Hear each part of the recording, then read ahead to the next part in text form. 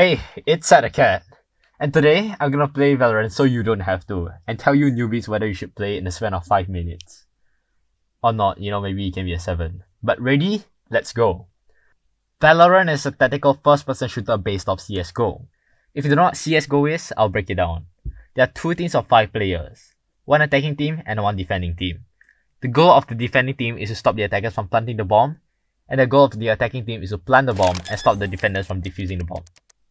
The defenders win when they defuse the bomb or kill the entire enemy team before the bomb is planted, and the attackers win when they kill all defenders or when the bomb explodes. After 7 rounds, both teams swap sides, and the first team to win 13 rounds wins the game. Compared to CSGO, Valorant shoves team plays down everybody's throat, with class-based characters that contribute to the team. Each character has their own unique ability, ranging from flashbangs to rocket launchers, and are broken down into 3 general classes, which is kill people, control vision, and lastly the defense and utility class. This is kinda good so each player has their role to specialize in, which makes the game easier to learn, and also helps make each player a more consistent one. And this helps lower the infection rate of CMS, also known as Coolest Monkey Syndrome, which kinda plagues the genre. So far, all the agents are quite well balanced, making sure that no one is gonna yell at a newbie for picking who they like. But what people are gonna yell at newbies for is for them to play a specific role or something the team is lacking in. Maybe your team doesn't have a healer or something. Sage. And this time, it isn't just Valorant shoving team play down everybody's throat. It's also your teammates. So kids, if you wanna play Valorant, you gotta play for the team! And it doesn't matter if you can't play that specific role, because your team will pretty much force you to. But hey, it's a strategy game, and you know what these kind of games have? That's right, boys and girls, it's a meta, which is an acronym for most efficient tactical advantage.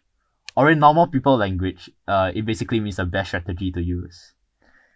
And man, I freaking hate these kind of things. Like the problem with metas is it actively discourages people from trying new things.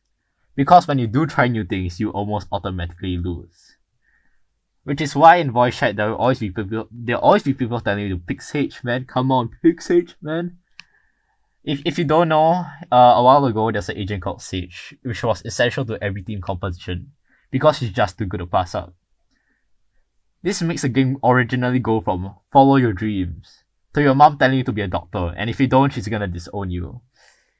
And that's kind of what the general community is like, or at least in Southeast Asia. Speaking of the community, goddamn, I hate it so much. Occasionally, you do get nice people. Well, most of the games you get people from India or Indonesia telling you to eat shit. So why you're trash? 30 seconds left. And remember kids, this is a team-based tactical shooter, which means you have to work with these people. And if they don't like you, they'll tell the enemy where you are on the map, they'll start giving you friendly fire, and lastly they'll talk about how they had sex with your mother last night. But it's kind of a given because the game is free. And guess what happens when games like these are free? Oh boy, hackers and smurfs. Like man, I can go into a game and it's either someone who sucks so much and magically becomes good, or there's someone who's just damn good and I get my ass kicked the whole time. And yeah, it gets hella depressing when you lose like 8 rounds in a row. But luckily the game does punish hackers quite severely with an IP ban, which means they need a new router to play the game. And if your reports are successful on assholes or cheaters, Riot emails you and thanks you for doing your part, which is a nice touch. But even if you don't get smurfs or hackers in your game, you still better pray that the matchmaking system likes you, as if you're a young bride back in the Zhou dynasty. And if the game really doesn't like you, you get an abusive husband as your teammate. And if the game really, really doesn't like you, you get 4 abusive husbands with CMS, and the entire enemy team are pretty much matched with the Emperor's son just to rub some wound in your soul. Basically, the matchmaking is pretty ass, which makes it even worse in competitive, which is sometimes just unplayable and just so screwed up. Whew.